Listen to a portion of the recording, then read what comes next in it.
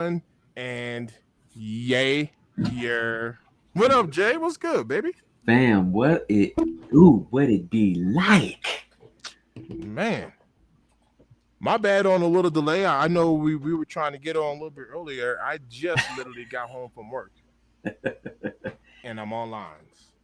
Bro, it's all good, man. We chat, listen, we here, we doing what we gotta do, man. And I don't know about y'all, but I'm really excited. Like for real, because What up? this is the time for us to start getting together and really like taking a look, a deep dive about the whole entire sneaker community, everything. Like I love it, bro. I love it. I'm here for it. You know what I mean? So A little deep dive. Let me let um me let me set the ambiance real quick. ooh, chat, he about to make it smooth. Cause he is smooth operator. Shout out to y'all chat, man. Where y'all at? Rob T in the bill. Salute, sir. Josiah You know what I'm Keys. saying? Sneaker Tyler Radio. Josiah Keys in the building. We got Just a Sneakerhead in the bill, man. We Ty. got Rob What up, T big? 7863. Man, chat. I hope everybody's doing well, man. We appreciate all y'all for real. What up, fam? We chilling, brother. Appreciate you. Thanks for tapping in. You know what I'm saying? You know what I'm saying? Yeah, we got some things to talk about, Mr. Think. You want to tell the chat what's going on today? Man, go ahead and take it away, brother. You got the stage, my guy. So, chat, we're going to talk about Nike CEO, right? And Nike CEO, he this first watch video that we're doing, man, he's talking about what he's trying to do, what's his goal with Nike. Ohio 1986 in the bill. Salute, fam. And Ohio, what up, fam? we're going to talk about what we agree with, if we agree with everything, and we may not agree with everything, but at the end of the day, we know sneakers are sitting. And this isn't just a Nike problem. I know most people only focus on Nike. But if you look at it as a spectrum as a whole, man, a lot of stuff sitting. And Mr. Thing, with a lot of kicks are sitting, would you agree it's predominantly Nike that's really sitting? Or would you say, I think you're wrong, Jay?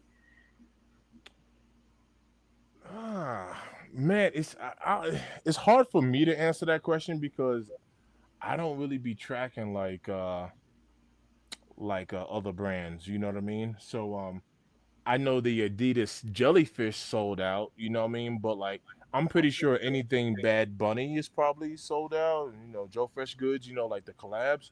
But what I mean, it's kind of hard for me to speak about other things because I don't really track them like that. Fair, fair. For me, listen, y'all, I'm not saying it's only Nike sitting. I'm just saying when I say it's predominantly Nike, that's because Nike is dropping sneakers 5, 6 days a week. Oh, they do get it in. There's no doubt about it.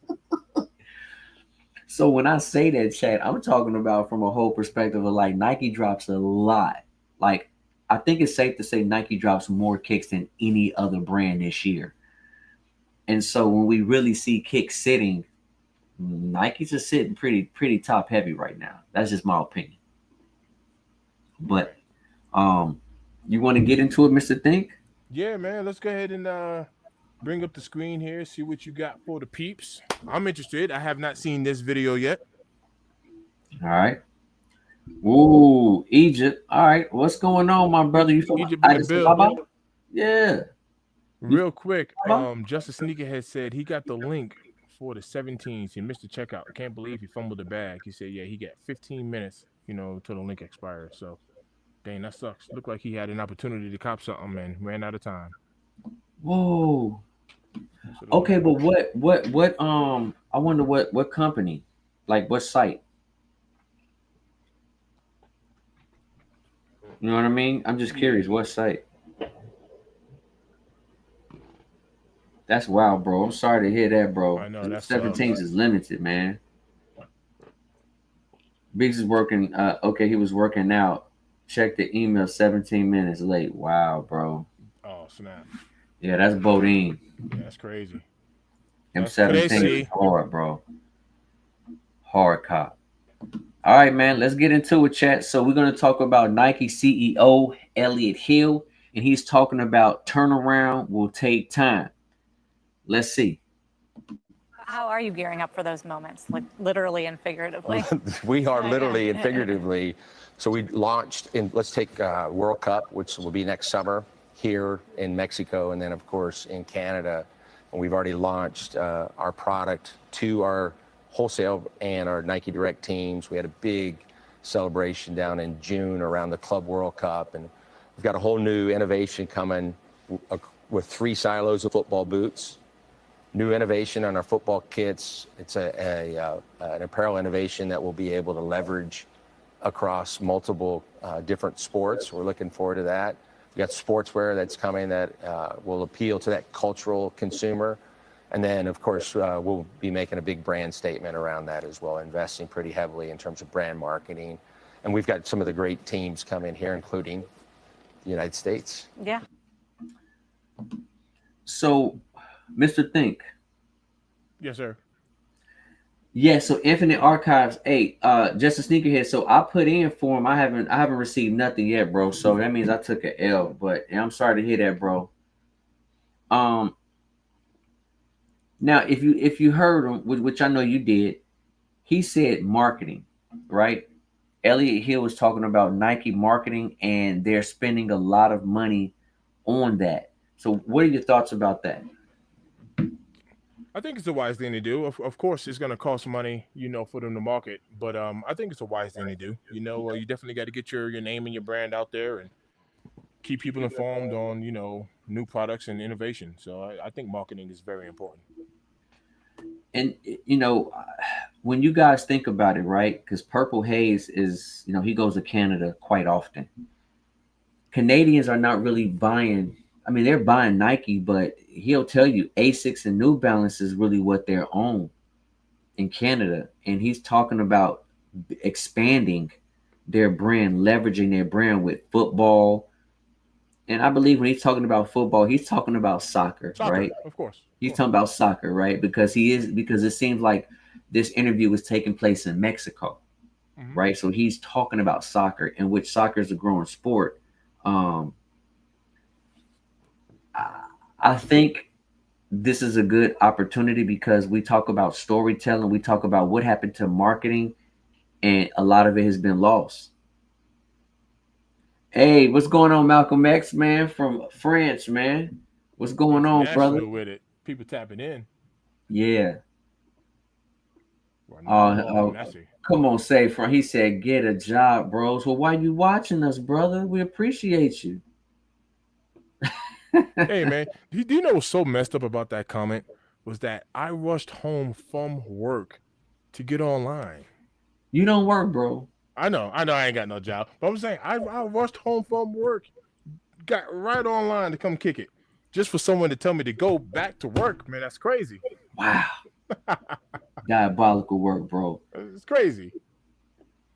Hey, so shout out to Rob, man. Rob T7836. He said, Mommy Year got the Infinite Archives raffle up. Correct. I did put in not like you want to hear that after getting screwed over. Hey, bro. Yeah, that is Bodine. That is Bodine for real. That's bad. That's bad business, bro. That really is. You want to get back to it? Yes, sir. All right, chat. We're gonna get back to it for y'all. I mean, do you look at those moments as they're big moments around sales, or is it about the brand? The sport moments, we call them, Yeah. are big for the brand, and over time, it depends. I think they can be even bigger from a commercial perspective, but no question, they are huge moments. It's when all eyes of the world are on that particular sport, and how do we then leverage that moment when all eyes are there to really elevate how we show up? And I think U.S. Open, I think you're there in New York City. You got to see what we were doing there with Nike athletes. Yeah, and not just the athletes, but the way we were styling them, using them as a run. They were our models on the runway, launching new shoes beyond just tennis. So we see those moments as really big brand, and over time will be even bigger commercial opportunities. On the U.S. consumer, just on the macro front, what I hear a lot from retail CEOs is resilient consumer, but still choiceful and looking for value. How do you characterize what you're seeing right now? Again, I think what we try to do with our teams is I keep coming back to making certain that we're sharp on the consumer that shops every location, the format, and they're all different, and being really thoughtful about the assortments that go in there, and then ultimately the presentation, and then we're watching sell-through. So, all right.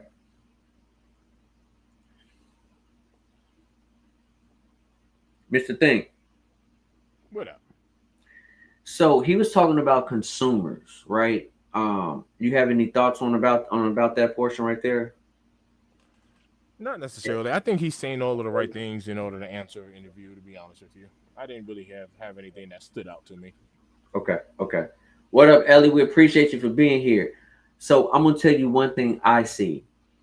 I'm glad that the CEO, Elliot, is talking about the consumer. They're trying to bring an experience to the consumer. But I think there's ingredients that Nike is missing. What up, Sig? Sig and a Bill. Nike, when they're talking about consumers, because Nike is absolutely starting to distance themselves from the consumer connection, right? Like, yes, people like us in our age group, we know Nike, right? We've been there. But I think they need to get to what's important, getting to the influencers, getting influencers who really know what the streets are looking for. And I think Nike is missing that point, bro. They're dropping the ball on that. Their focus is the consumer experience, like getting these beautiful buildings. You know, he talked about, if y'all heard him, he low-key said, hey, each building, each location is going to have a different thing depending upon what the location is for the consumers, what they're looking for. But they're not talking about what the consumers want.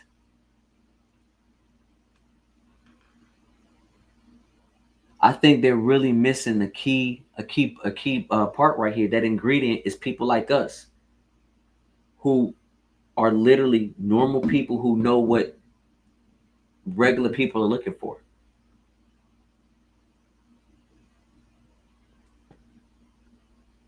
Mr. Thing? If he's targeting kind of like the brick and mortars, you know, in order to say when people step into our building, you're going to get that experience, then I do think that's a wise thing to do. You know, whatever that experience is going to be, you know, at different locations, because that will kind of drag you into the building. However, I will also tell you that would also drive up costs. Just to give you an example, you know, I'm pretty sure y'all got experience of going into a car dealership. Maybe you've gone to a car dealership where it's like sitting right on the corner. They got like 17 cars there. It's a really small spot, and they handle the transactions, you know, outside of a trailer. You know what I mean? You walk inside of a trailer, handle your paperwork, you drive off with your car. And then maybe y'all been to some car dealerships when you walk up in there and they got cookies and little snacks and refreshments and bottles of water, and it's a beautiful dealership, marble floors. You're paying for that experience. Do you see what I'm saying? Like you're that overhead, that all of that costs, you know, is coming out of, you know, is being added on to the cost of those vehicles there as well. So you're paying for that experience. However, you know, whenever you take your car there for service, they'll have a shuttle bus. They might even give you a loaner car for you to, you know, take the loaner car while your car's getting worked on. And so the point that I'm trying to make is you do have people that will shop at said dealerships because of the experience that they, you know, whenever you go to Lexus, it's completely different than going to some Joe Schmo's dealership, you know what I mean, for an oil change. So maybe he's trying to make that correlation to say, hey, when you walk into our store, no matter what Nike you're going to, you're going to have some sort of experience to where it's going to kind of lock you in, if that makes sense. Okay. Scotty, what's going on? Scotty, what's up to man, everybody what up? out BT there? in the build, what up? My bad, I'm Yeah. commentary. Salute to everybody. Barack Obama in the build. Barack is crazy. He said, I know that room smell like sweaty feet. Scotty said, J Elevate, what you got behind you on that shelf? Them ain't shoes. I know, bro. This is like fake, bro. Look. See? Fake. Nah. I think they're talking about your Look. I know he's talking about the What Funko up? Pops. Yeah, he's talking about the Funkos. I'm just being funny. Look, it's fake. It's fake. Y'all are crazy. Y'all are hilarious tonight. Oh my Y'all are gosh. crazy. Sam Ray in the build, man. Izot 21 in the build, man. He said white jeans need to be back. Need to be back in school. Oh. Yeah, they wildin'. Yeah. He said some Nike stores starting to look like Goodwills with all the returns. See? People are copping their kicks, doing some reviews, and returning them joints back. You know what I'm saying? Oh snap! Y'all are hilarious, man. We appreciate y'all. So, Mr. Thing, you and I have, I guess, two different opinions on it. You know what I mean? Like, I agree with you. It's just that we have two different opinions, and I think I agree with you. We're paying for that experience. Personally, fam, I don't care what the Nike store looks like. Personally, you know what I mean? But I'm not walking in there getting all lost in the sauce, like ooh ah. Care about that? I'm a guy. Guys don't care about that stuff, man. Hello. But woman, that you had, bro. All right, check this out real quick. Side note, chat, because you know.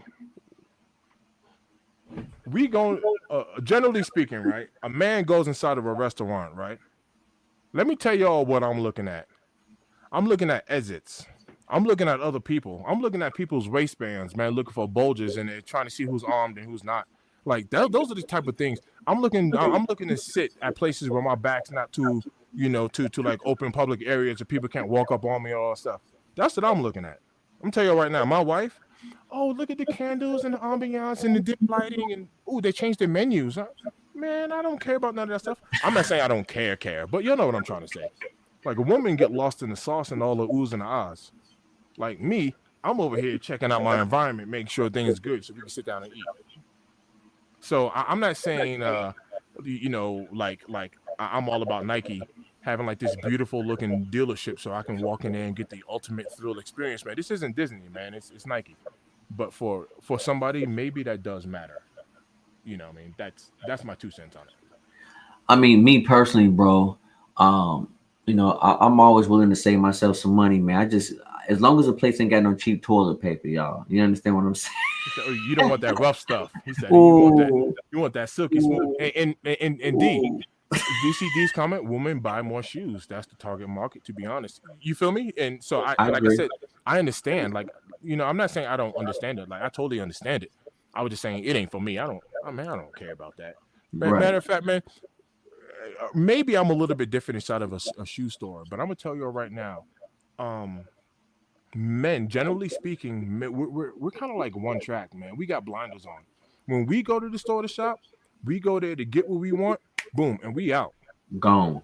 We ain't walking up every aisle to see what's up here, that's not what I'm here for. That's that woman shopping, man. We don't do that. Bro, can I be honest? We don't, man. We like laser focus. We know we want do. Yep. Boom, pow, transaction out. Man, a woman will go to the store to get some shoes, bro. She'll walk out with everything. She'll buy a TV, all types of stuff, and she forgot to get the shoes. And I don't even know how she got the Victoria's Secrets because I was right there with her. I'm trying to figure out where all the stuff came from. She'd be like, honey, we got to go back to the store. You're like, why? She's like, I didn't get my shoes. Man, that's all we went for. How you got 5 bags? Hello? You know what I'm saying? Hey, Scotty said you got to pull out half the roll just to get a decent wipe with that cheap eesh.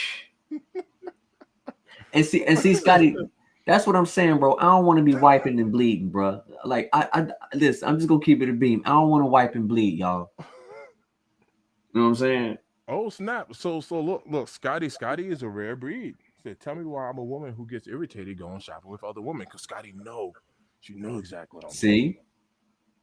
You see, look, bro, I hate going to the store with my own mother. Like, bro, make up your mind. Yo, my wife's the same way. I tell the waiter or the waitress whenever we're out eating somewhere, after my wife orders, I look at them and be like, go place the order. Because the longer you stand here, she's gonna change her mind. Oh, I don't think I want that super Zakana. I don't think I want the salmon. And I'm like, I'm hungry. I'm turning into a skeleton. I'm sitting here like this. Yep. Honestly, bro, when I go to a restaurant and I like it, I'm really only gonna pick the same dish. Once in a while, I will pick that second dish because I already know what I want. And even if the other restaurant is not the same, but they're the exact same type of restaurant, I know what I'm picking, bro. I know what I'm picking. Same. I know what I'm picking. Generally speaking, man, and like I said, we do have some exceptions. Scotty's tapping in, but generally speaking, men are like some simple creatures, man. We are some very simple, plain creatures. Facts. Willa T said, "You're not lying. I'll ask the worker right. What am I looking for? If I don't know, where is it at? So I can move on quicker." Boom, in and out. Look, you know what I'm saying? Laser focused like this. Man, I ain't got time, man. Let's go ahead and see what else this youngster talking about. Yes, sir. And if you guys did not know, Elliot Hill used to be a CEO for Nike. But we're gonna show you guys another vid coming up. We have teams of people that's what we're doing, and that's how we get a read on how the brand's performing. And again, we had as you saw in the call, we had a really good quarter in North America in our first quarter. Yes. I mean, I guess the question for Wall Street that I keep hearing is, show me story. Yeah. Are you going to get back to, the old days where it was mid to high single digit revenue growth, teen margins? That's the long-term algorithm, Yeah. right? Is that your goal? Absolutely. It'll take time, but we have How a long? path. What does time mean? You're going to put me on the spot and make me give you a time frame? Quarters? No, it's going to take a while. We have, I feel really good about the Win Now actions, where we got the culture, the product, etc. I feel really good, and the teams are excited about pivoting to this new offense.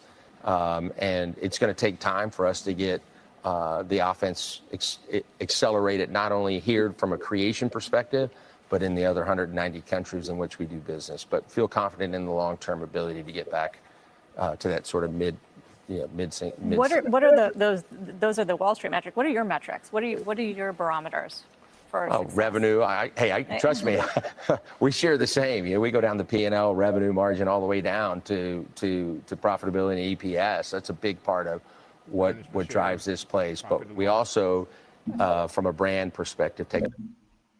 Mr. Thing? No. When he said EPS, I was saying earnings per share. When he said P&L, I was saying profit and loss. I was just throwing those terms out there.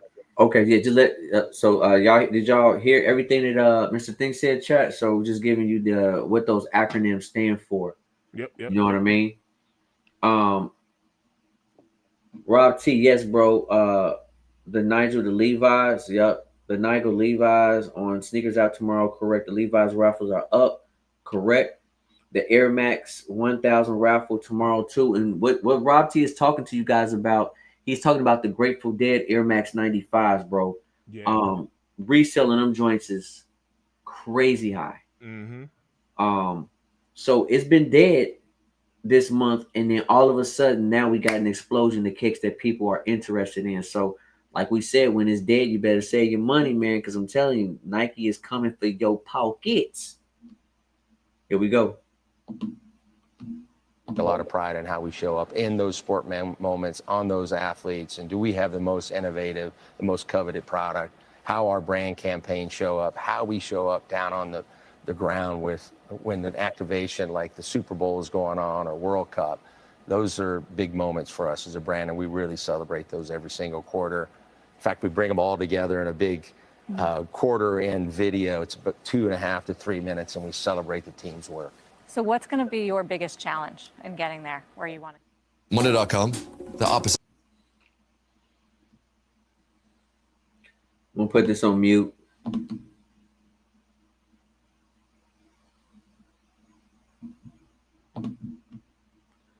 All right.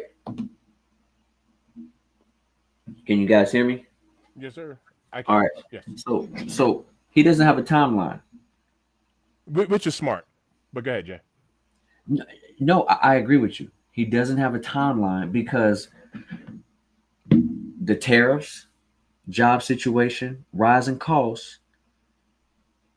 But Mr. Think, you said this. Even when the job market gets better, the tariffs go away.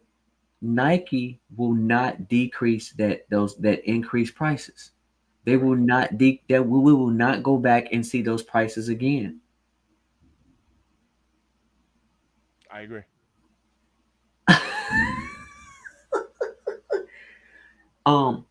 There's another key ingredient that Nike is missing. It's the pricing, chat.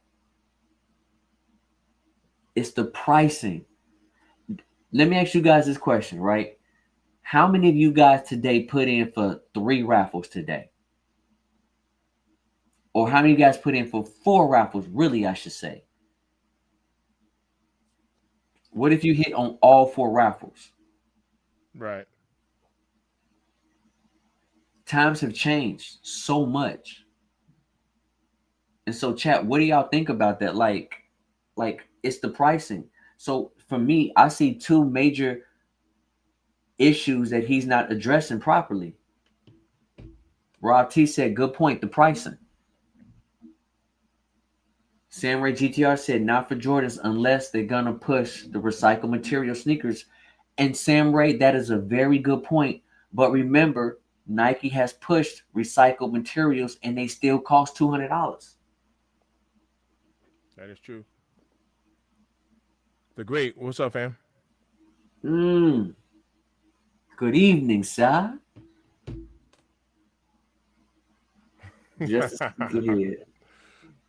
So Jay, to your point, I do agree with that. I think it was smart for him to not give a timeline, because when you give timelines and then you don't meet your deadlines, you know, it can have the perception of either A, like number one, you flat out lied, or B, that you wasn't focused on your mission enough to hit your timelines in time, or the dedication was there. So it's smart. Even hence why he laughed it off and was like, ha, ha, ha, ha, ha, you're gonna put me on the spot, right? And then she tried again. She was like, so are we talking about a few quarters? And he goes, no. You know, so even when she mentioned a couple of quarters, because now we're talking 6 months, right? And he said no. And then he, towards the end of that little clip, he mentioned long term. You know what I mean? Which, you know, to me, you know, whenever I think of, check this out, and this is just my personal thing. Whenever I hear someone say long term, to me, long term is a minimum of 1 year. We're talking about a 1 year minimum. That's what I think about, Jay, whenever I hear like long term. We're talking a minimum. We ain't talking about like 30, 60, 90 days. 3 months, 6 months, a minimum 1 year. That's what I think of, whenever I hear that word long term. And so, bro, like I don't disagree with you. I cannot disagree with you. The thing is that he was very smart not answering that question, but at the same time, it's kind of like, hey, bro, I feel like Nike might even take longer than a year because, listen, to me, these corporations, they have more insight about the economy than some of those prominent individuals.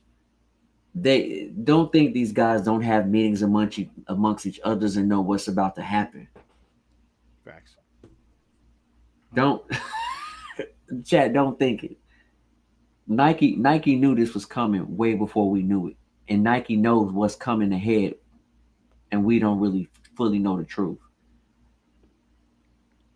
May have to clip that laugh for after Jay elevates epic outro. Rob, my guy. Oh man. So, this is interesting, bro. You ready for the next episode, Mr. Think? Yeah, let's do it.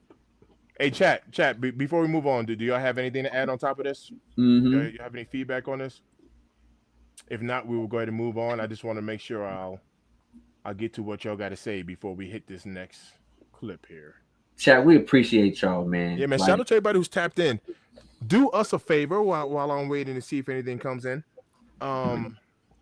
Yo, shout out to y'all because look, y'all are the reason why we're able to have this platform. So good looking out with the likes. Like the video, double tap that screen for us. We would greatly appreciate it. Tap in with us Saturday morning. It's myself, Jay Elevate Lewis at Radio Kicks 26, and of course our guy Purple Haze, where we come together for one period of time. That's 9 o'clock Eastern time. That's every Saturday. You know, we've been doing this now, the podcast for what, Jay? Almost 2 years? 2 years? yep, Where we at? almost 2 years, bro. It's like almost 2 years. You know what I mean? So like, hey man, like there's nothing but growth going on, and we're grateful. So good looking out. Sam Ray tapped in. Just Sneakerhead said, "You're going for those Zion Williamsons." Nah, no feedback from me. All right, good looks. Oh, the Voodoos. Me personally, I'm passing on the Voodoos. Are you messing with those, Jay? Yes, yes, yes, yes, Oh, he threw me off. He said, "Yes, yes. Listen, absolutely." he said, no, absolutely yes. Absolutely. So just to let you guys know, man, JD Sports is supposed to be getting the Zion Williams, right? Yes. But I want to let you guys know this right now. If you buy JD Sports, I was told JD Sports do a raffles like Monday through Thursday. But the interesting thing is that if this kick really drops off on October 29th, I think that's a Thursday or Wednesday. So you might want to put in your raffle on the 29th is a Wednesday. So you might want to put in that raffle on that Monday on the 27th, because I'm telling you, JD Sports, they got a live raffle, at least in my area. And I was told to come in on Monday and go ahead and put my name in that hat because I'm trying to cop. Nice. Now, resale, I don't think I'm going to do resale, bro. I don't think I'm going to do resale. Unless later on down the line, the sneaker drops in pricing. Because right now, they kick in the size 11, I seen for like $450, $500. I seen it for, and I'm like, come on, man. If it's going to be readily available to a lot of places, why would you spend that money right now? Why not hold your horses? Pause.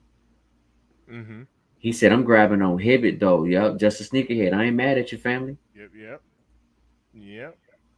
Sam Ray said, my bad, Jay. I didn't mean to cut you. Go ahead.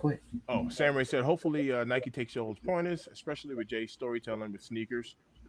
Rob T asks, how the hours coming along, Mr. Think? I am currently at, I just pulled it up, 3,322.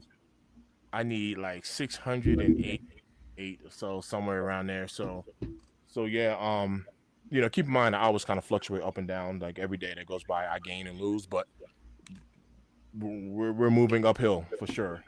We're moving uphill for sure. So Wow. Confident I'll hit. Jet.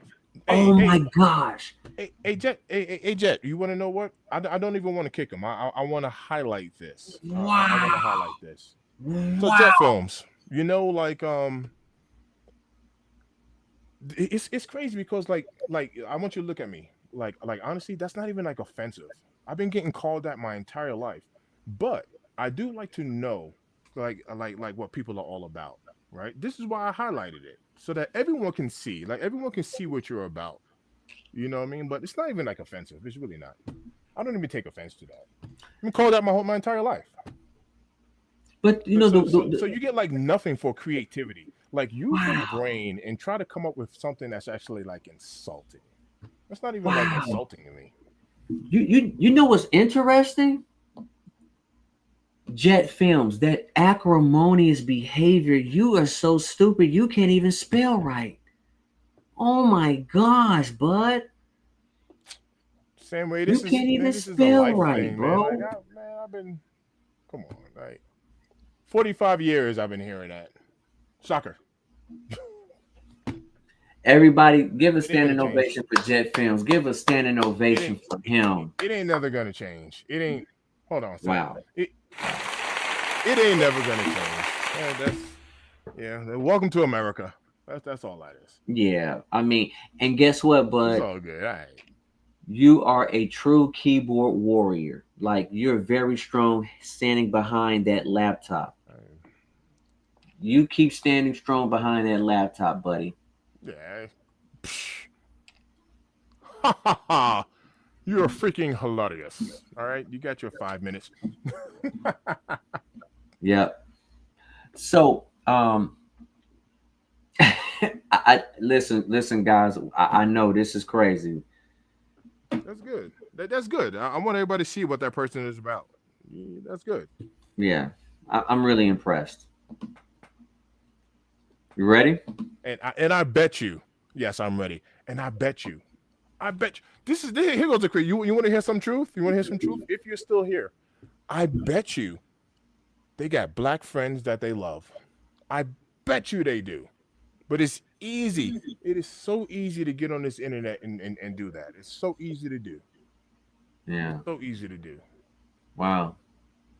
Next time, just spell it right, man. Like you're a little. I get it. You're a little special. Just spell the word right.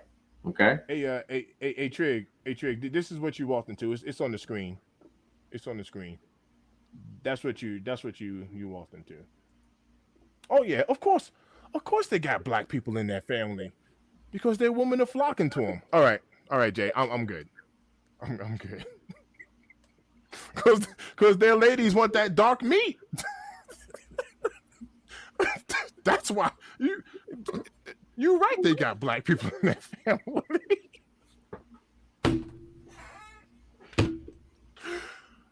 All right. Whew. All right. I'm good. You got the stage, Jay. No, we got it, bro. so chat, before we get into this, I've talked about Nike needs to build something in America. I have not seen this part, but its title is Nike CEO on China business, moving away from sport had an impact. Let's see what he got to say. Gets to the macro question. How much tougher is it for you to pull off this turnaround right now, given what's happening in the macroeconomic environment? Yeah, here's what I would say to our team. I think if we get caught up in the noise, I think that becomes a distraction. And so I'm trying to keep our team here really focused in on what we can control. And what we can control is being focused on sport and the athlete, and then making certain we're bringing the most beautiful, coveted, innovative product and emotional, inspiring stories, and also elevating the marketplace. And when we do all of those things together in the marketplace, the consumer responds. And so that's my message to the team is, hey, stay focused on task at hand. There's a few of us that'll deal with those other things that whether it's, we'll just the small $1.5 billion tariff bill that you have to pay. Yeah. Here on tariffs, again, literally, there's a few of us working on that. And we've asked our teams to stay focused on what we just talked about, product, storytelling, and marketplace. And good news is we have a very expansive and diverse global supply chain that we've built over 50 years. And so we're working through some of the levers that we have to offset those tariffs, country of origin into the United States being one, working with our factory partners. It still has to get made overseas. Still right? has to get made. And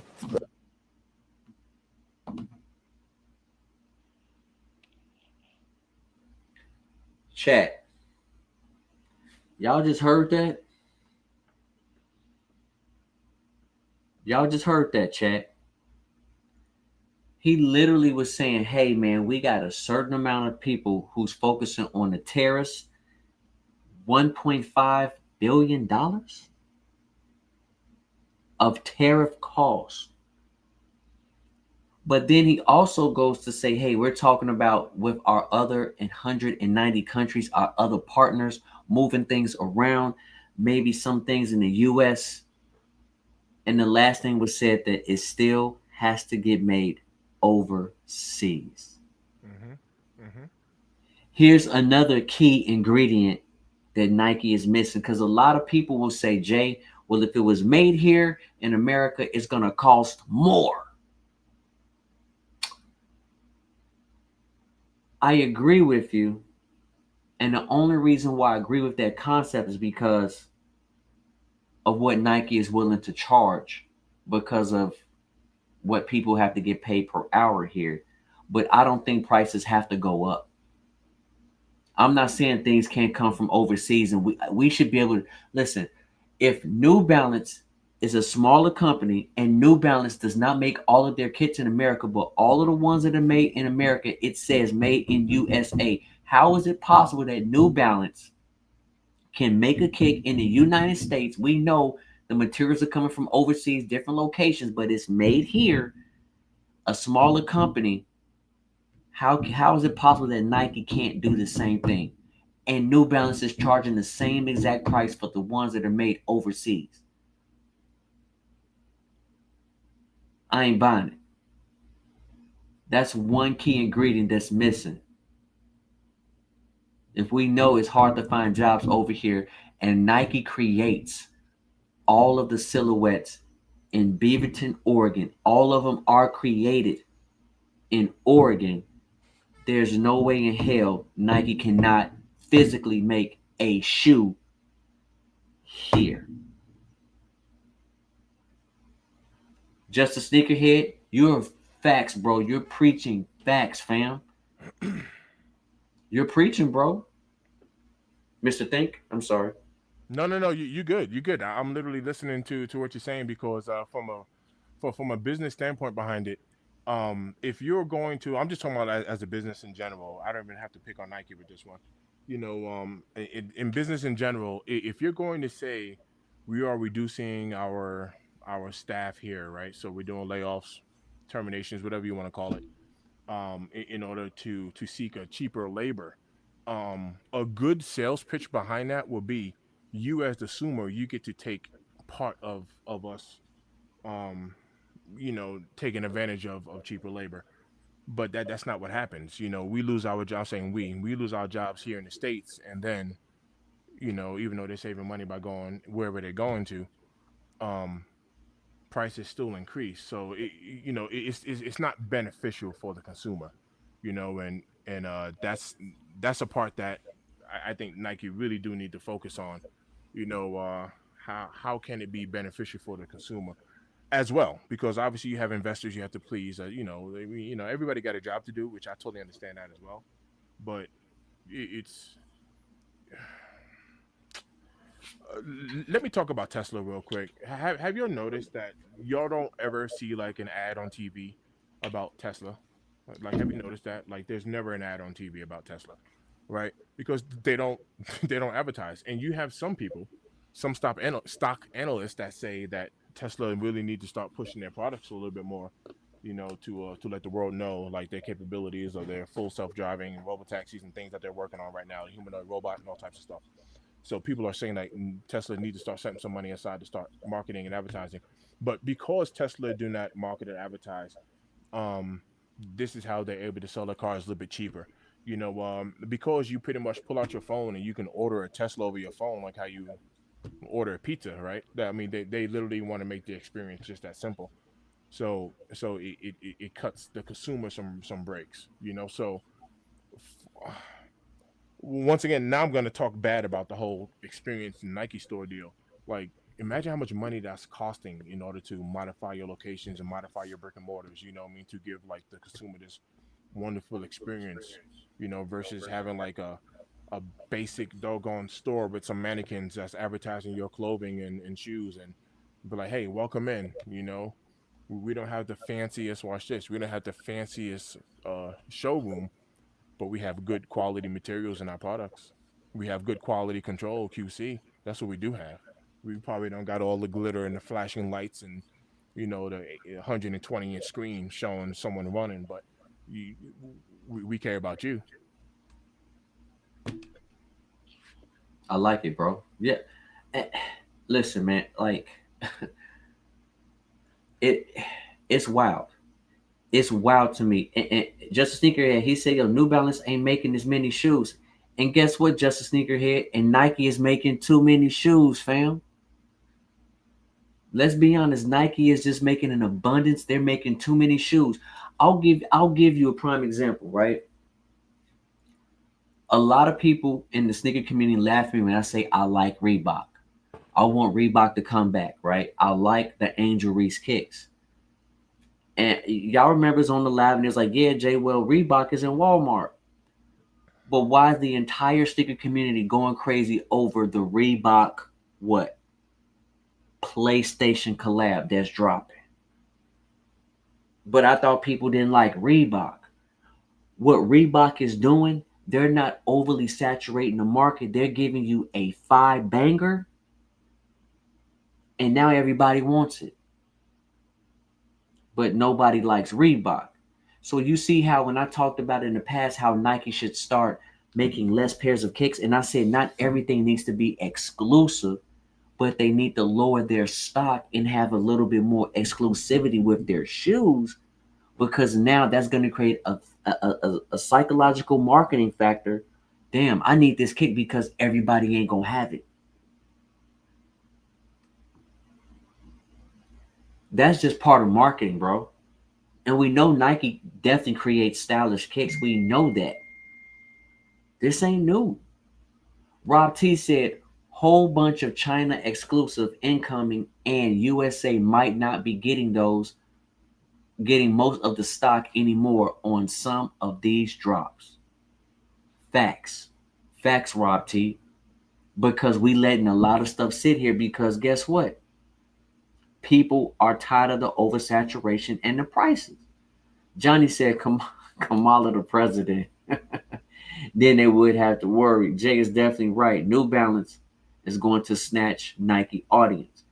And Johnny, fam, they're already doing it.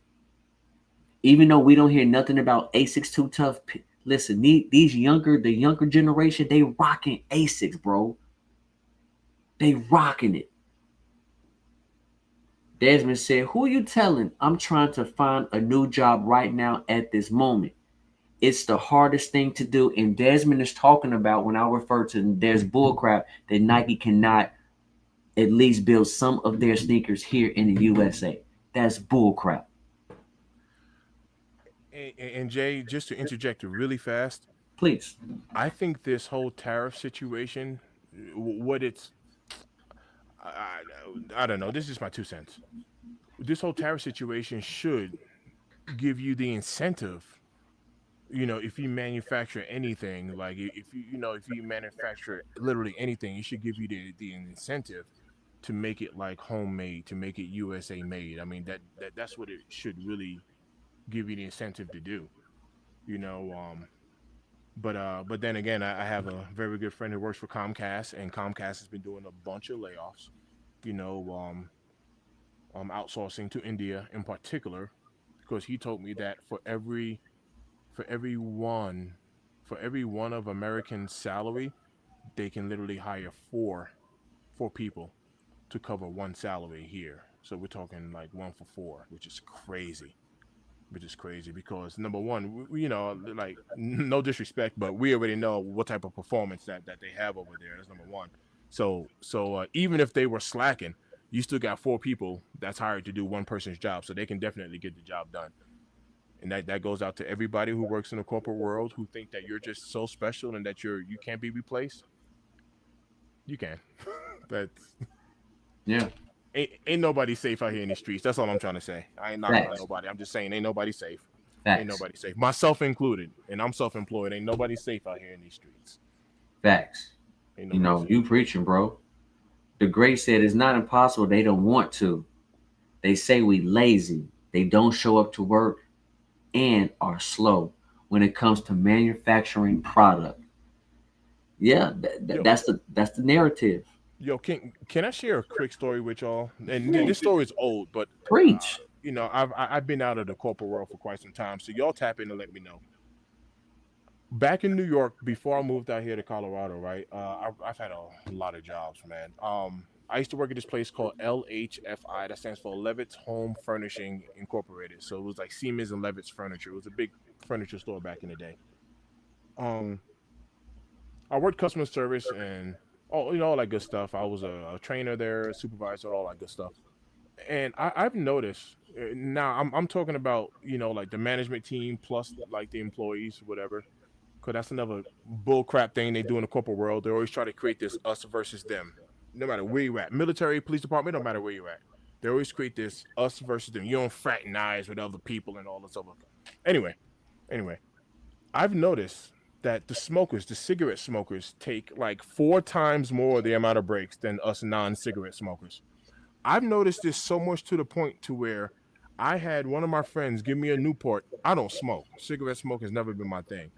I'm talking about, it didn't matter if it was a sunny day, rain, sleet, snow, it didn't matter. They go outside and stand in the cold, taking a drag off their cigarettes, shaking and whatnot. So I had a dummy cigarette I used to keep inside my desk. And every time I seen everybody get up to go take a smoke break, even if it was only for 2 or 3 minutes, I used to take my dummy cigarette and hold it in my hand, right? And I'm standing outside, like this with all of the smokers and whatnot. And I started taking more breaks.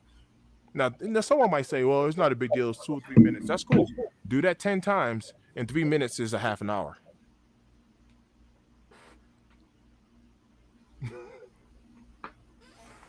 So, when I'm not going to sit here on this platform, man. I think America is a great place to be. I really do. That's why I live here, right? I think it's a great place to be. But I'm not going to sit there and act like things don't be going sideways here as well. But you got people who will go to work just to intentionally slip and fall so they can get some sort of lawsuit or get some sort of leave with pay, so they ain't got to, fraud and all that stuff. It's yes.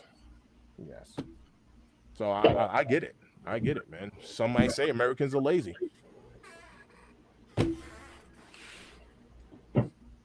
Yeah. And the chat going at it, because Just Sneakerhead said it's a lose-lose. As a customer, you're paying for all the bills Nike has. And this is true. They pass along that their issues to the customers. And so we get passed to the consumer. Correct. And see, here's the thing, right? Mr. Thing said his friend works for Comcast and the Comcast is laying off. Well, let me say this. Comcast and everything else is too damn high. I agree. There ain't no new TV shows coming out. Half of y'all still watching goddamn Martin. All right. Okay. So, I mean, at the end of the day, what are you really paying for? What are you really getting? Right. I mean, at the end of the day, it's kind of like, what's really important to you? I don't need Comcast. I just don't need it. Right. And maybe somebody else might need Comcast. But at the end of the day, you think about it, you cutting someone's job over here, but you're going to give someone else a job over there. You see this iPhone? iPhone is created where? The ideas are created in California. But this bad boy ain't made here.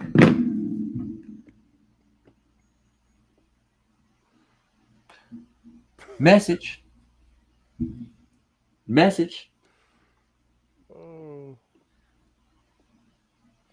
Aces is killing the game. Yes. Hey, man, y'all are doing it. Nike's been moving a little too fast lately. Maybe take a breather for a year.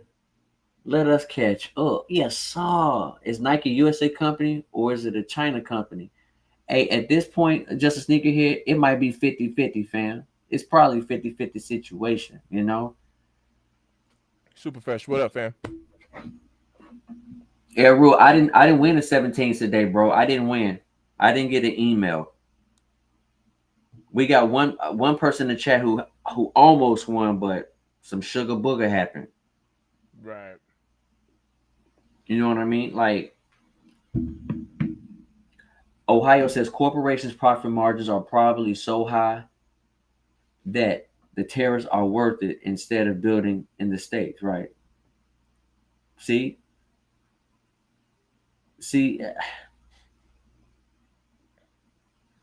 New Balance is not more expensive than Nike, but New Balance has made some sneakers this year that cost more than very, very few Nikes. But generally, New Balance is a little bit cheaper, if not on par. But again, New Balance, they're definitely trying to do something different. And you can catch some, you can catch some New Balance on sale. Like my son, if y'all didn't see the video, I did a video. I said New Balance is getting better. My son went back to New Balance and said, hey, I do like these Nikes, but Nikes feel a little bit tight. My son keeps going back to New Balance, and guess what? Those New Balance cost me with tax, $77, $75. And I told him get whatever shoe he wanted. He said, "Hey, I want New Balance." And Jay, to your point, I did that with my daughter back to school. Went to the store, pick out whatever you want. You know what I mean? Have it going back fresh. She was like, "Can you just clean my Vans?" Done. I did a live and cleaned the Vans up. I tell no lies. I tell no lies, bro. Pick out whatever you want. I got you. You can go back to school fresh, whatever you want. Can you just Yeah. clean my Vans? Sure.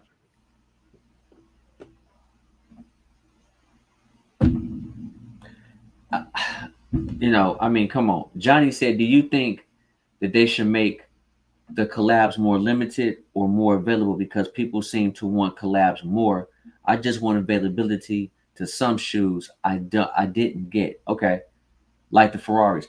Johnny, let me say this, bro. I don't think collabs should be more readily available, because I don't care who you put a stamp on it, after like the third time and you make a million pairs of them, people not gonna want the collabs, fam. Yeah, I do agree with For that. sneakerheads like us, yes, give them to me. Mm-hmm. But Chad, I got my business hat on right now. I'm It's not talking the big about a majority. business mindset. Yeah. So I wanna be very clear with you guys. I got a business hat on right now, right? So I mean, it's proven. Nike dropped too many collabs. Guess what? Okay, prime example.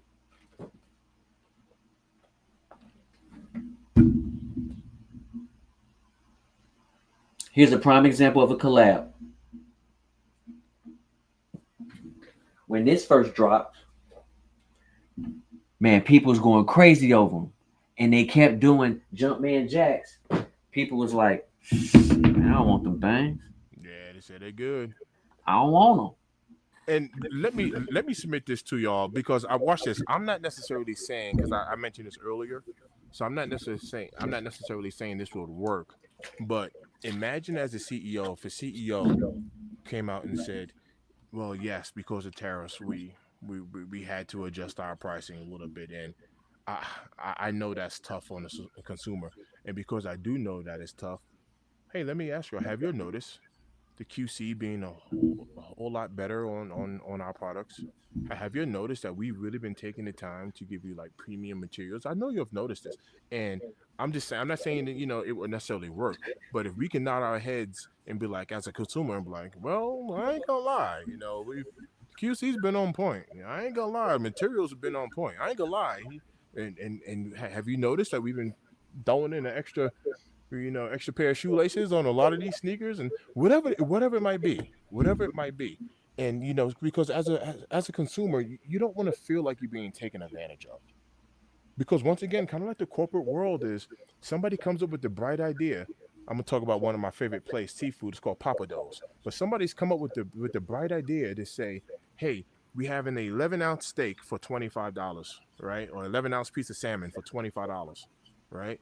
And then someone goes, "Hey, I got an idea. Let's give them 8 ounces and charge them $37." And someone goes, "Yes, I love it." And it's like, more for less. I'm gonna charge you more, and you're not gonna get more. You're not gonna get the same. We're actually gonna give you less. Somebody came with that bright idea, and it's a corporate thing to do. More for less. And it's like, I don't like the way that sounds. I feel like you taking advantage of me, and that's exactly what it is. And nobody likes that feeling. Nobody likes that feeling. Mm-hmm. Mm-hmm.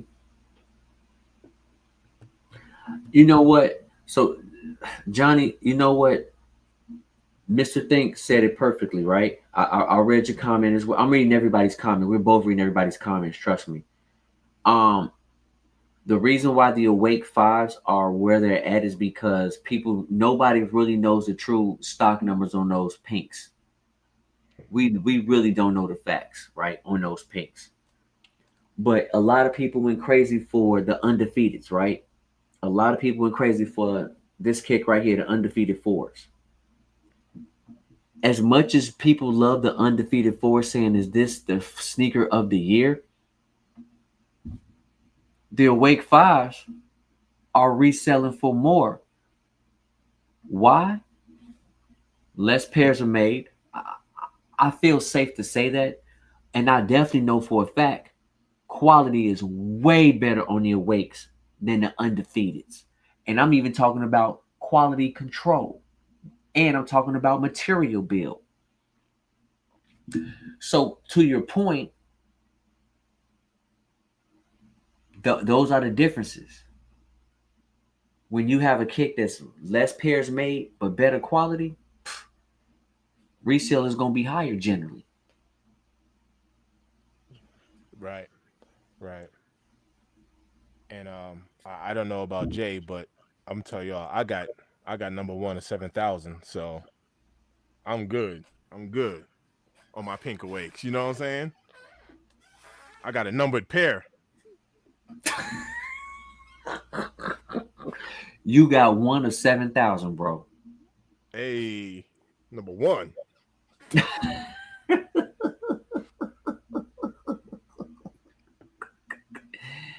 Hey, car wash, man. ¿Qué es lo que mi gente? Hola. Muy bien. So just a sneakerhead, he said my niece chose Asics over the black metallic fives. My point proven. Point proven, bro. Point proven. Point proven. But people are hungry for Travis Scott ones. Facts. Is Supreme dead? Yes or no? Samurai, I'm gonna say yes and I'm gonna say no because man, Supreme will sell you bubble gum and people will buy a stick of bubble gum for $20.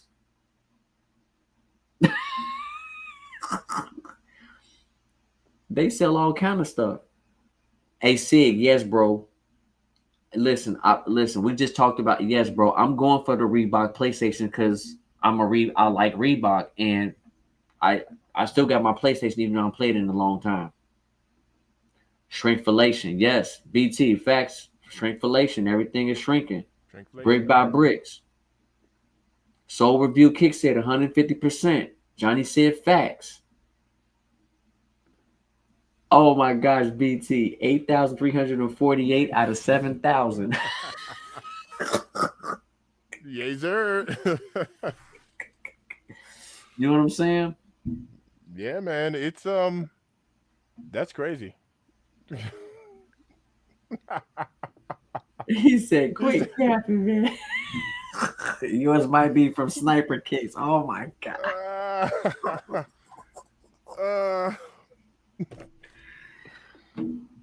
Man, love y'all. Man, was that the end of that clip, or did you pause? No. Man, listen, we have so much a good time, boy. We here we go. Our factory partners, our retail partners, and then us, the three of us working together to absorb some of those headwinds. So that the $1.5 billion that you quantified, you eat that? We don't eat it. No, we got to try to offset it, and we're offsetting it across. We pull different levers to offset it, and like we said on the call, I think we said it would take us, time to offset it, and so we're working through. Do you have the ability to pass any of it on to the consumer? And to the consumer, yeah. Pricing and pricing architecture is what we do every single quarter. We've always done it. It's not something new because of tariffs, but the answer to your question. Chad, I was going to do something very, very unacceptable. Here we go. Question is every quarter, every country, because we do pricing at a country level, goes through a series of conversations, and we look at a number of things that are happening with the consumer, macroeconomically, et cetera, to set our pricing strategy for the season to come. And so, we did talk about in the call that we were taking some targeted and selective price increases. Yes. How dependent are you at this point on China for manufacturing? Well, it's public. I think it is public information, but something over there. We've diversified our portfolio, and it's continued to decrease over time. And you're continuing to decrease it. Like, we're not going to make. Are we going to make the sportswear and the sneakers in this country ever? Well, I would never say never, because I do think there will come a time when technology is going to line up where we could very well make product here, but it's going to take time. The hurdle is not the ability to manufacture, to make a factory. Oh, it's the economics, though. Right? Well, it's the material sourcing. If you think about how many materials that we use in our product lines throughout a year, it's in the tens of thousands of different materials, and you've got to source those and stage them. So, chat, do you guys see how he's low-key telling you, yeah, well, we're going to pass the pricing to you guys, but we have to look at each individual different country. We have to pull these things together in pricing and really talk about it. Hey, man, listen, just say, yeah, we passing along. Because now facts. he's selling us some sugar booger. You said what, Mr. Think? Hard facts, Jay, because did you all right. The great Sid, he's talking in circles 100%. Look, CEOs all over the place, right? We pull different levers, right? Because watch this. He stammered on a couple of questions, right? He stammered when she said, "Are you passing on to the consumer?" Right? But did y'all notice how quick he answered the question when she said, "With this cost, do you eat that?" And what he fired off and said, "No, we're not going to eat that." Did you know how quick he answered that one? No, because she was like, "Well, what about this cost? Like, do you eat that?" And he fired off and said, "Absolutely not. Of course not. We don't eat that. We find other ways, right? We pull different levers, right? That's the jargon, right? But all right. Now, respectfully so, because y'all have heard me talk about this on this platform in particular whenever we talk about costs, right? And y'all have heard me get on record by saying, like, I literally do this in the moving business. I do it when it comes to fuel, right? Everything costs more, so my prices has gone up a little bit. But then also respectfully so, when fuel prices or gas prices are lower, cheaper, or whatever, I charge less. So my pricing actually fluctuates, kind of like the stock market. It's not like right now 2 men in a truck might be 180 an hour, and then next year the economy's doing better, gas prices are down, things are going good, and I'm going from 180 up to 200 an hour just because, like I would definitely keep it comparable to what's happening. So like respectfully, so my pricing does fluctuate. It really does. But I understand why people do it, but the expense always gets passed down to the consumer. I mean, just the way it works.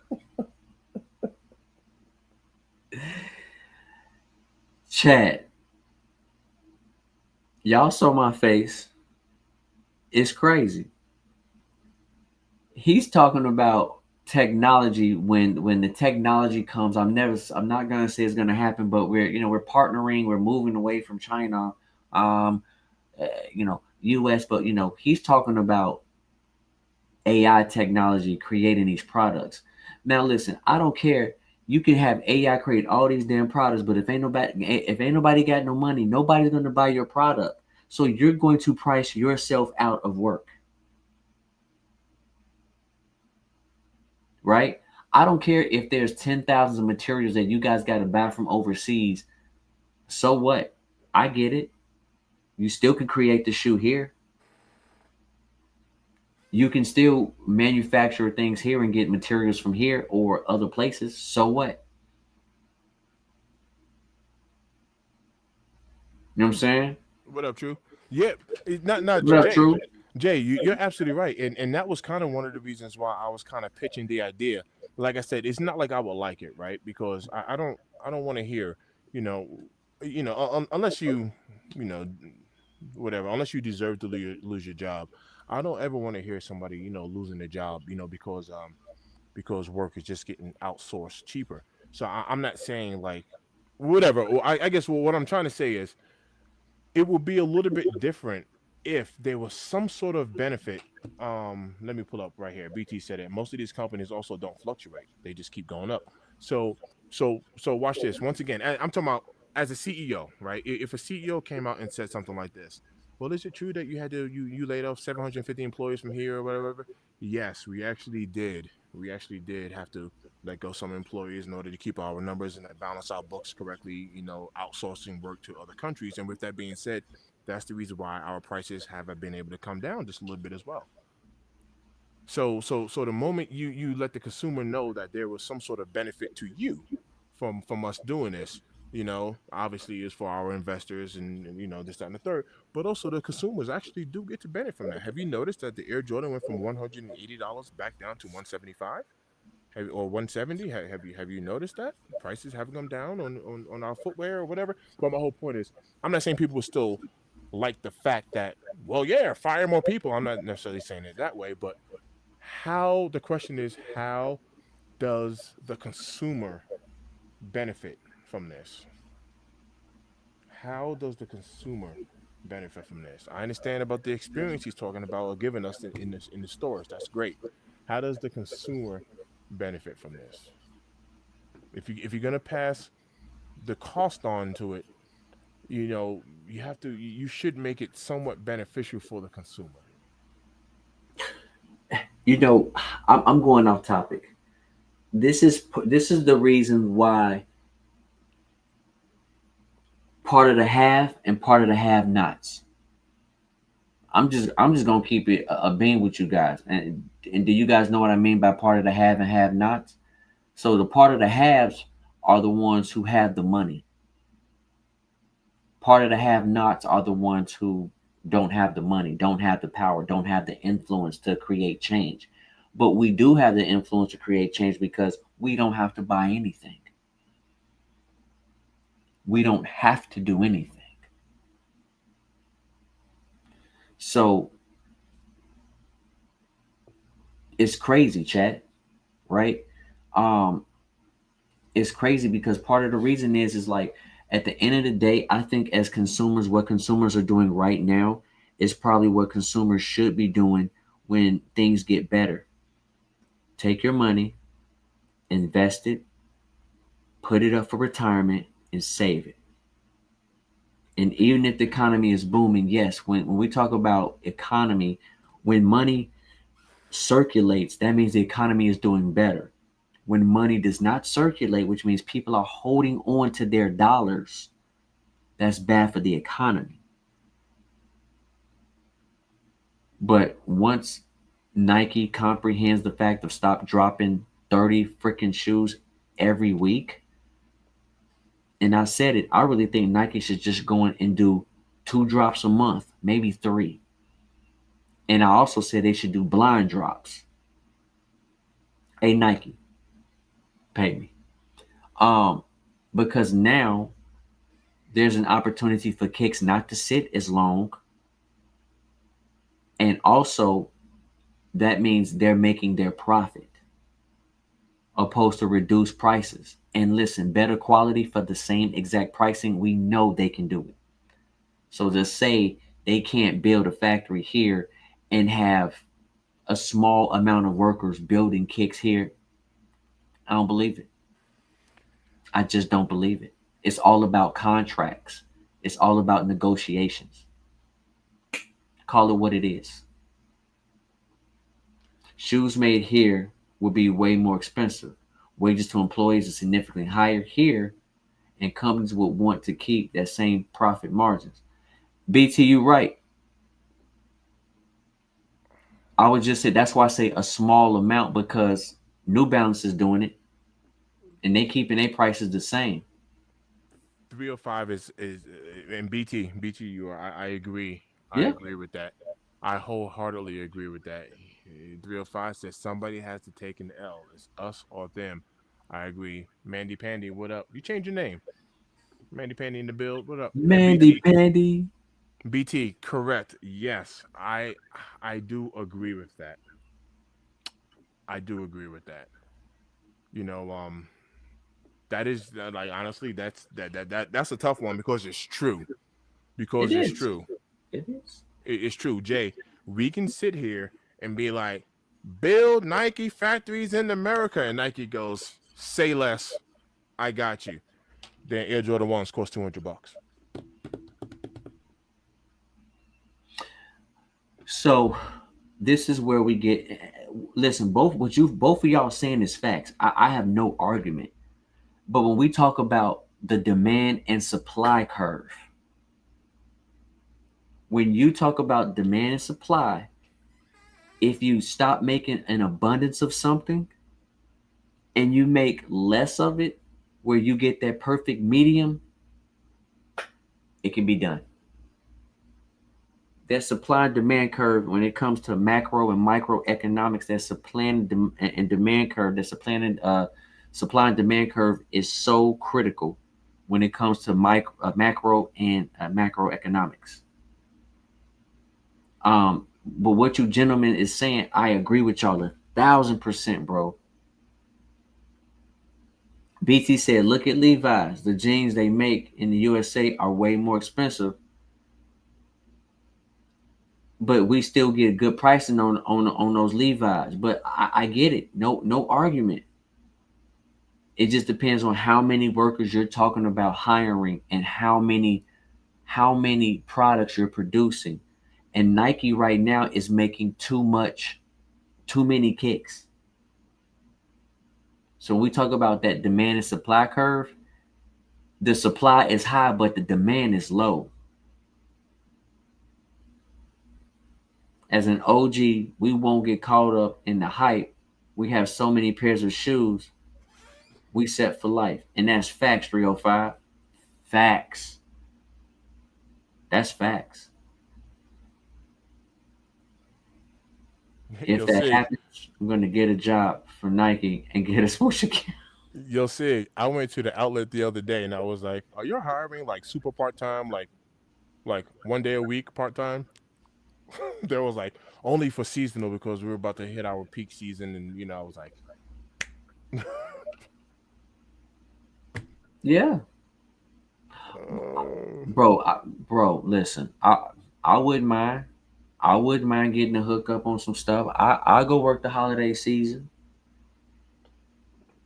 yeah, this is like, it's crazy because it's I understand. See, Jay, this comes down to like, this is one of those things that I understand. I just don't like it. I don't agree with it. But I do understand it. I understand the different facets that comes along. With this. Mhm. This cost somebody has to eat this cost, because you heard the CEO say we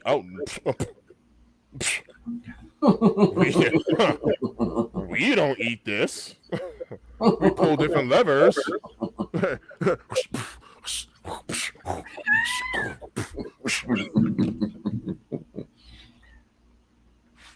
Now time my shoe. We pull different levers. Oh, was that the end of it, Jay, or did you pause it? It's pretty much done. Okay. It's pretty much done. It's like a minute left, but it's done, man. No, I would like to hear what he say for a minute. Okay, let's go ahead. Yeah. Let's finish it up. Do the manufacturing, and so therein lies probably the biggest hurdle is material sourcing. So have you lobbied the administration at all against tariffs in your business? Here's what I'd say: our team is a relationship-based business. Our teams are engaging with the administration. Our teams are engaging with Congress. I think that's just part of doing business. What we are excited about with the administration is they love sports. The administration has talked about the importance of sport for kids and youth, college at the collegiate level, and then also professional level. And then we also share a passion around two big global sport moments that are coming, right? We have to the U.S. To the U.S. We have a World Cup coming, and we also have the Olympics. And we think it's a tremendous opportunity to celebrate the United States of America and our brands here with those big moments. Okay.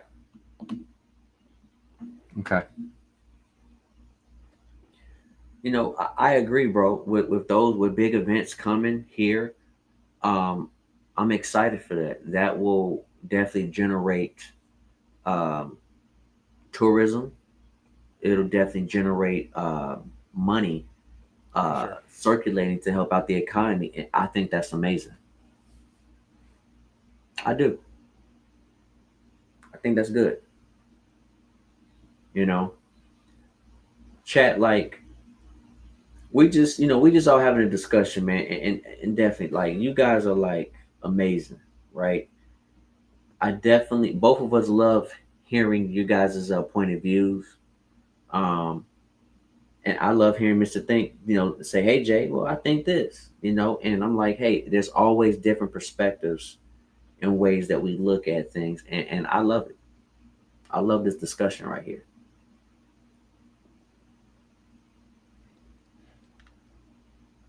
Yeah, I would like to see what the future holds, for this brand, and in particular, Jay. I agree with you as far as supply and demand, right? They've man, I mean, once again, it's two different things. I mean, you can open the vault and don't got to give us 200,000 pairs of of a sneaker, multiple times a week, neither, so. I heard him say, they're also trying to do more of like a direct to consumer type of relationship and type of sales deal, but you're right. Nike is kind of giving us a little bit too much too fast. I do agree with that. There's a lot going on, and even though I'm not against, like, because we've had this conversation multiple times. I'm the guy that be like, I don't care, open the vault. You know what I mean? But you don't have to flood it. You really don't have to. Just because the vault's open, that don't mean the floodgates got to be open at the same time. I don't know if that makes sense, but you don't have to do it like that. You really don't, because you don't have time to miss a shoe. Like, I really wanted these 35th anniversary the soft pink fives, right? And then I seen that the materials on there, isn't gonna hold up too well. So now I still want the kick, but I'm waiting to get a juicy deal. But you don't have no time to miss a shoe. So you know, I still don't have Tokyo fives yet. Do I look like I'm sweating over it? I'm over it. I'm over the shoe. That's my answer. Do I want them? Of course I want them. Am I going for the resale on them? No, at least not right now. Well, I'm being patient, whatever the case is. I'm not saying I'll never cop it, but I'm saying is, like, I'm not sitting here like, yo, I can't believe I don't got Tokyo 5. Oh yeah, no, no, nope. Yep. BT said it perfect. Okay, we got 305 up. Okay. He No, said, no, I go can ahead. grow my collection over time. Ha! Don't need it all in one year. And BT, I still want Nigel Lowe's as well. I'm right there with you. But that drop has come, it's gone, and we're not sweating. I still want them. I still need those actually. But it's like, hey, I'm exercising some patience and all that good stuff. I'm just sitting there sweating over that. You know, I'm really not. And it's I am curious to see how they play their cards though, Jay. I'm curious to see how they play their cards. Hmm. Yeah. I mean, we don't really know how long it's going to take Nike to get back to the glory days. But at the same time, like I said, like all sneaker companies, we get it. They're not like doing something amazing, profitable, something super crazy. I mean, but at the end of the day, when you have too many drops, too many of the same colorways, he talked about innovation, right? And guess what? Nike has been doing some new innovation, and I think their new innovation is great with their new products. But we can't continuously have the same things as dropping every week. It's like I said in 2024, and I'll say in 2025, people gonna need a sneaker ventilator. People are tapping out. It's too much. That is I like to call that a sensory overload. And here we are. People want certain kicks, been begging for these kicks to drop, and then when they drop, they're sitting.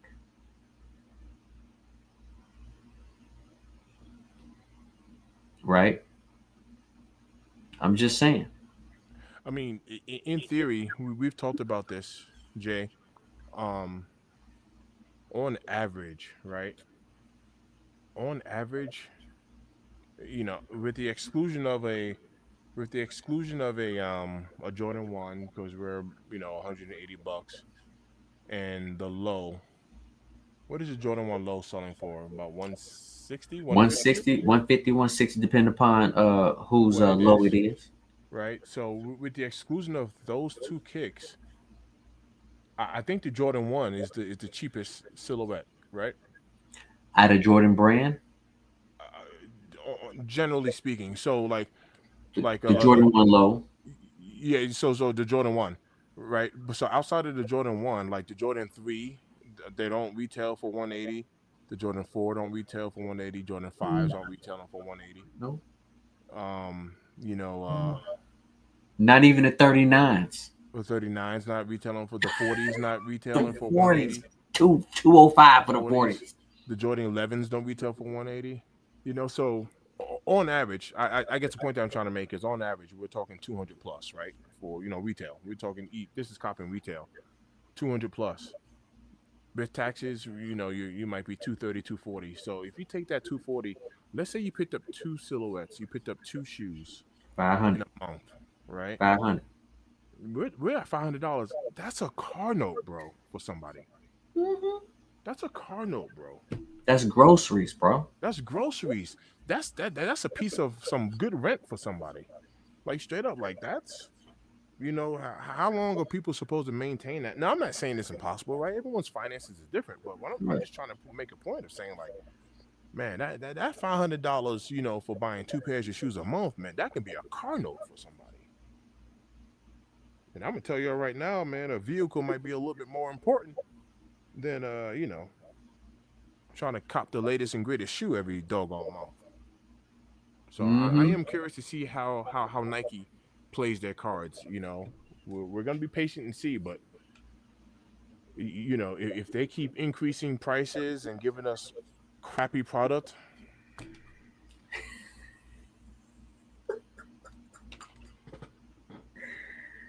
Rob T, man, he said that the D book better start throwing some game warrants or sign if he wants someone to buy his chapter ones. right, right. Hey, listen, Hard Rob facts. T, you said it perfectly, bro. Like, who's buying book ones and why have they made 16 different colorways on a kick that nobody's buying? Like, I can't recall one book one is sold out. And that strategy is crazy, Jay, because they did that with the doggone Jordan 4 RMs. RMs. They gave us the Nigel, right? The grandma driveway, the green colorway, right? I'm just like, all right, it's a new silhouette. People are side eyeing it, giving it a Yep. little chance. And then what they do? Give us a million colorways, and it's like, well, okay, there's that. And to be honest with you, I'm not even a book one fan, so I don't want nobody sweaty, funky shoes sitting up in here in my room. Like I don't want them. I'm not a book. I mean, I think Devin Booker's a great player. Yeah. But I'm just saying, like, I don't want no game worn kicks from him and sign. I think the book ones is not a good looking kick. BT said you couldn't pay me to take books. See what I'm saying? Like, look, okay, here you go. I like the Ja 3s. Listen, bro, we've had like 7 colorways in the kick just released like a month ago. And now we get like the 8th or 9th colorway in the Ja 3s. Like, bro, it's too many damn colorways. Bath water books. Woo! Dang. Woo! Dang. I was gonna use them for the cold, bro. I was gonna heat them up and put them in a can and heat them things up, bro. If I get a little. He said, man, these joints is fire. He said they're about to be on fire. Yeah, they're about to be on fire. Rob T said, damn, Jay, turn down the book one. Game worn. Poor book. Laughing out loud. See what I'm saying? Like, I don't want them things. Nah, bro. I thought the first kick was, okay, cool. Maybe the second one. After that, bro, stop. We got like 13 different book ones, bro. Like, Rod T said that's cold, Jay. Hey, I'm just saying. So let me ask you a question, and this isn't necessarily directed towards anyone here, but let's also talk about the psychology behind what's happening. Meaning, like let's just say in theory, like hypothetically speaking, let's say Nike began to dial back like stock numbers. I mean, something tough. Let's pick on the Voodoos, right? Since the Voodoos are up and coming, the Chicago One Lows and Gamma 11s and Black Cat 4s, right? Just to name a few. So let's just say if Nike turned around and was like, "Oh, okay, well, you know what? 10,000 pairs, 10,000, 10,000, 10,000, 10,000. You know, would that have what type of mental game would that play on us psychologically to where now, like, you go through a year of not being able to cop, not being able to hit on sneakers app and all that stuff because there's always low stock. 10,000 is their new magic number. And I'm only pulling 10,000 because of the Heidi Five breads. But now 10K is like the new magical number. Now none of us can hit on nothing. So now the reverse side of it is like, yo, Mr. Cop, Mr. Think, you gonna cop those? If I can hit on it, I ain't hit on nothing in 6 months.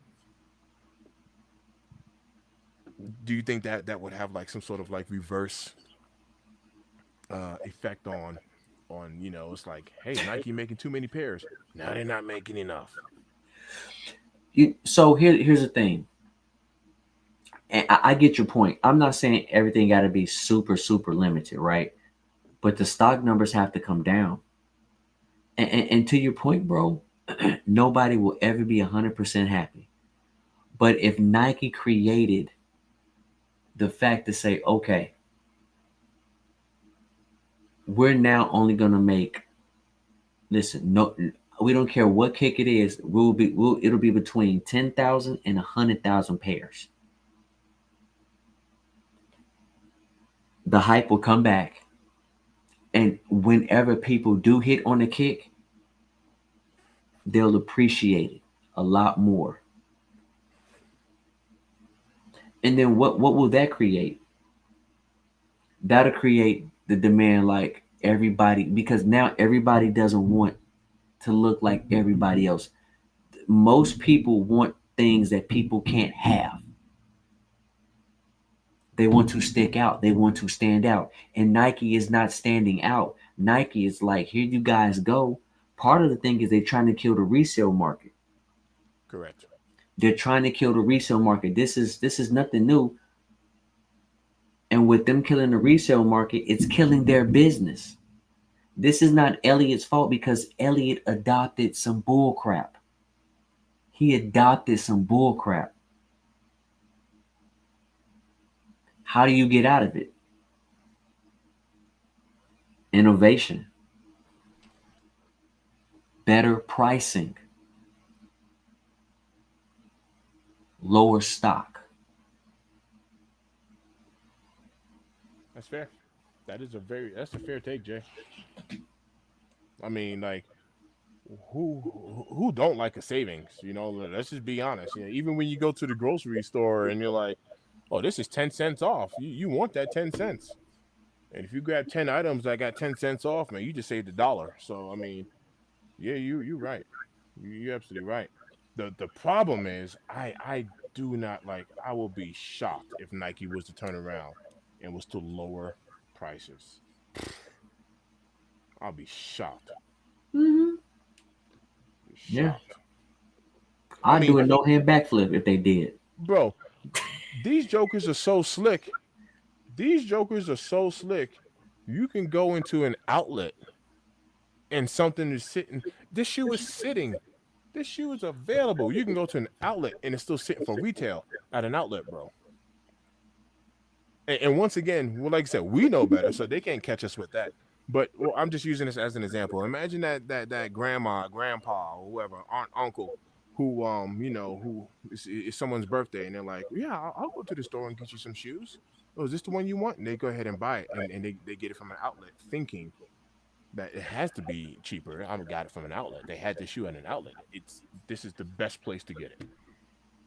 This is the cheapest price that I'm going to find for this, and we're sitting here on the sideline like this. Oh, You could have got that kick at Ross. No, I'm joking. I mean, facts. That's correct.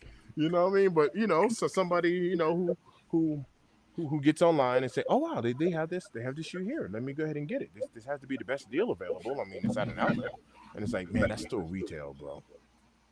Yeah, it's a game. It's called marketing strategy. Yo, Q in the That's bill. all. What up, Q? Q in the bill. What's up, fam? What up, Q? Q tapped in a little bit earlier when I was on my live this morning. Showing That's some dope. love. What up? See, BT said it perfectly. $100 for sweatpants? No, thank you, bro. $100 for some sweaties? Stop it, bro. Listen. I could take some rental wrap and foil paper and step outside and start sweating on my own. Ooh. He said, "I make my own bodysuit." Yeah, I can. You know what I'm saying? I He can. said, "The trash bag with the drawstrings." Like, whoop. Bro, I can do that myself, man. You see what I'm saying? Like, yeah, $100 for some sweatpants. Oh snap! Oh snap! We got a birthday on Saturday. Okay, Q. Y'all slide over to Q, man, and show Q some love, man. Heck yeah. Check her page out, man. She is consistent with the kicks of the day. Happy Mhm. birthday, Saturday. We got a birthday coming up. That's what's up. Hey, Q, you gonna eat some crab legs? What's your favorite meal? Crab legs do sound good on the grill too. Off the grill. Oh, my wife loves crab legs. I don't eat crab or lobster. I'm one of them picky, bougie, light skinned did. Dang. No, man. My chocolate self, man. Listen, my chocolate self. He said my chocolates. My chocolate self, man. I need that garlic butter with some grilled crab legs, bro. And I'm going ham. Yes, Voodoos are loaded on sneakers. Yes, Rob T, man. Push that info out. Let's go, fam. Yeah, the only reason why I no lie, I don't know if anyone remembers me saying this, but I actually think the Voodoos look pretty nice, but from my spiritual connections, I was like, I ain't putting nothing voodoo in my house. That was just a little spiritual thing. I was like, I ain't doing no voodoo, nothing. I actually think the shoe looks pretty nice, ironically, but I was kind of holding my ground on that take. So I was like, yeah, I ain't doing no voodoo, nothing here. And I did tell Mr. Think to when he snags that voodoo pair for me, just mail him off to me. Ship it right on over. Yeah, he gonna just bring it home. Yeah. Hey, Rob T, yes, they did. Nike added a lot of stuff, a lot of articles of clothing. Yes, they did, bro. They did. Shoot, earlier this morning, Sneaker Tyler was telling me, but I didn't see it. I didn't see it on there. Maybe I'll check again. But Sneaker Tyler was telling me that he said they had some Jordan 1 low patent leathers, some patent leather lows, but I didn't see it. But he had mentioned that this morning when I was on the live. I'm checking again real quick right now. Yeah, look. I didn't see it. I didn't. Now I ain't gonna lie, this woman's KNWLS Nike women's ghost top is fire, bro. I ain't gonna lie, that's fire. That's fire. I like that for the ladies, man. And see, look, y'all. I'm already locked into them Voodoos, man. I want them Voodoos. But yes, Sam Race, congratulations, bro. He said he got my Air Jordan 3 Fire Reds from 2013. Let's go. Hey. Let's go, Sam Ray. Salute to you, bro. Dang. Rob T says sneakers. Philadelphia had those $1,000 Nikes. The Jordan 1, which ones? Are you talking? He's talking about the Swarovski. Yeah, that's what I thought you're talking about. Yep, them Swarovski, man. Sam Ray said, "Yo, what we got on feet? By the way, fam, hey, bro, I got toenails hanging everywhere right now, bro. Oh snap! He got the bear claws out. He's like, "Rawr. Hey, ah, eh, You know what I'm saying? Hey, bah." I need some new house slippers, man. I ain't gonna lie. These, hey, them claws. Hey, when I walk, I mean, this is what you hear, y'all.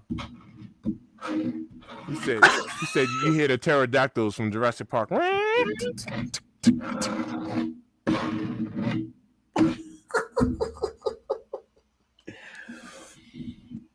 Are those the slate grays? Yes, sir. The slate grays. Hey, Good old Yeezy slates. you know, shame on me because I got my slides in another room, and I need to pull those out. Hey, Shame on me. Hey Jay, you want to hear something weird? I'm on the Nike app, right? Ah man, I don't know why I'm about to say this out loud. I am looking at this Air Jordan 1 Element Low AT, and I don't. It looks like a pure tire, bro. It looks like a fully threaded tire, and I like this colorway. Like I actually like the way this thing looks, and that's weird. Hey, I'm not mad at you. That outsole looks crazy. Like no lie, it looks like a straight bicycle tire. I don't know. That outsole looks crazy. Oh my god. 6 said nail Jordan 1s. Dang. 305 says he rocking the Barcelona 7s. Q said, I got on socks right now. Mm. Not a wrong with that. Cornell Davenport, man, salute, man. We appreciate you being here, Brody. He said, you guys think it's time to vault the 11s. Thank you. Thank you. I've been saying that for years. Thank you.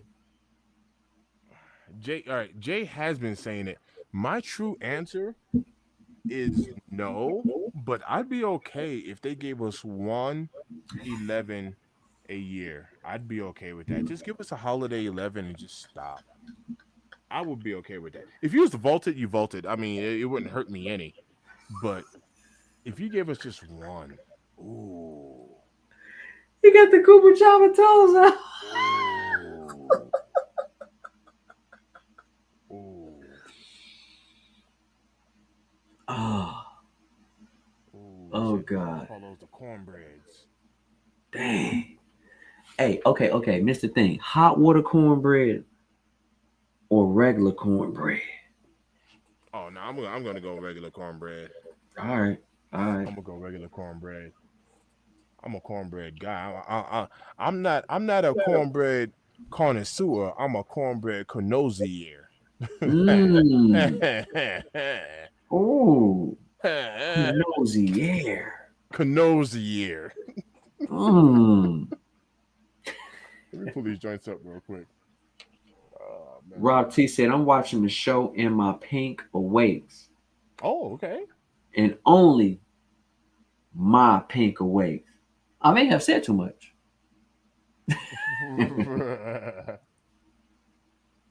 Y'all ever had milk and bread? Yeah, absolutely, Sid. Peanut butter and jelly with milk. Yeah. When I used to drink milk. Bro, I don't drink milk no more, bro. I'm telling you, I can't do it. Can't process. He said he's not processing it. Man, bro. I drink oat milk. Trust me, it's better for you. I don't know what's wrong with me, man. Finance said if a shoe costs $300, it better come with a pocket. Whoa. Inside. So at least I can. Whoa. Yo, finance be violent. Finance, I ain't mad at you. Shoot. I'm not mad at you. But who gonna clean who gonna clean the tongue out? Don't do it, Jay. You didn't have to take the bait. He said, which tongue we talking about? Yeah, like who gonna Yo, let me why am I being so like elementary right now? Hold on a second. I don't like. I don't Hey, like. chat. Hey, listen, y'all got us dying, man. Love y'all, man. 305 said, "Ain't no way."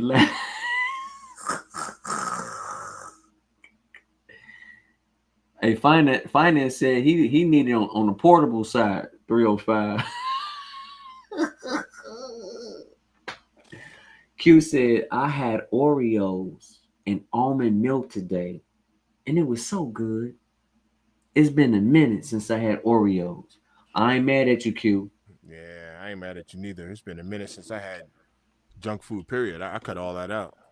All of it. I like almond milk. Like I for me, is oat milk is my favorite, but I like almond milk. I'm not gonna lie, and I'm gonna tell y'all something. When you get like coffee with that oat milk, it's so creamy. God, oh, Finances wild. fire, fire. What? No, I said finances wilding. Wilding.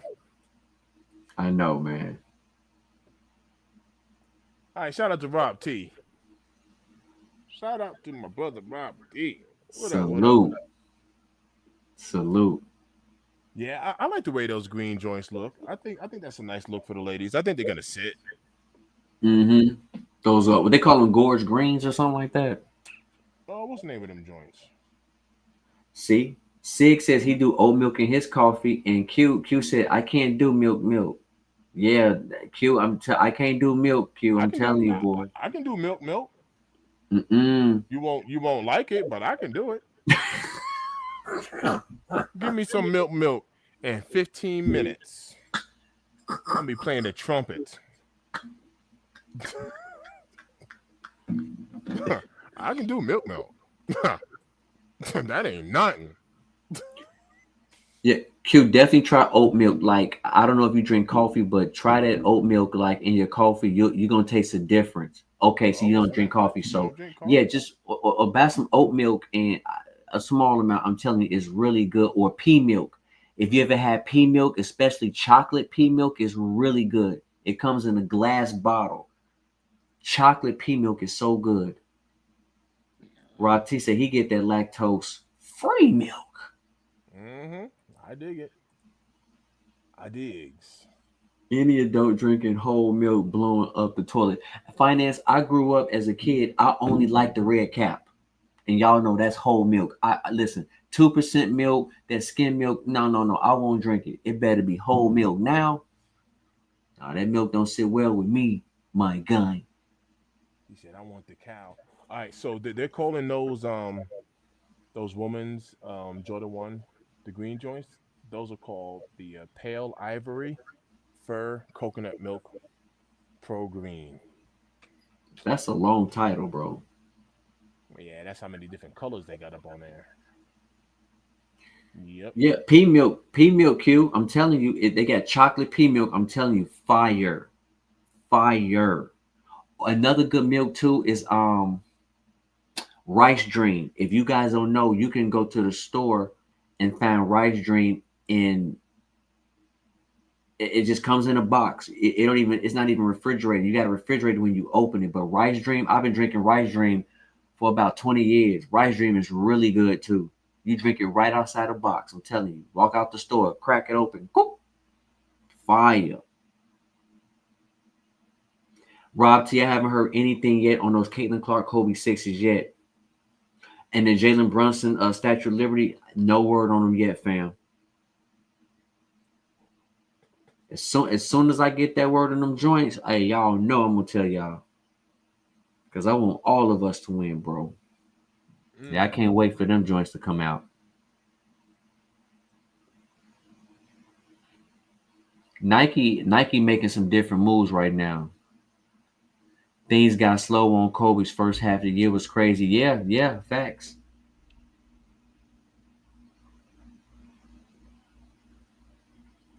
She said I'm speaking foreign language now. Q, I'm telling you, Rice Dream. Rice Dream. Like you can go to Walmart and you can find Rice Dream, or even at a local grocery store. You probably walk past it and never paid attention of it.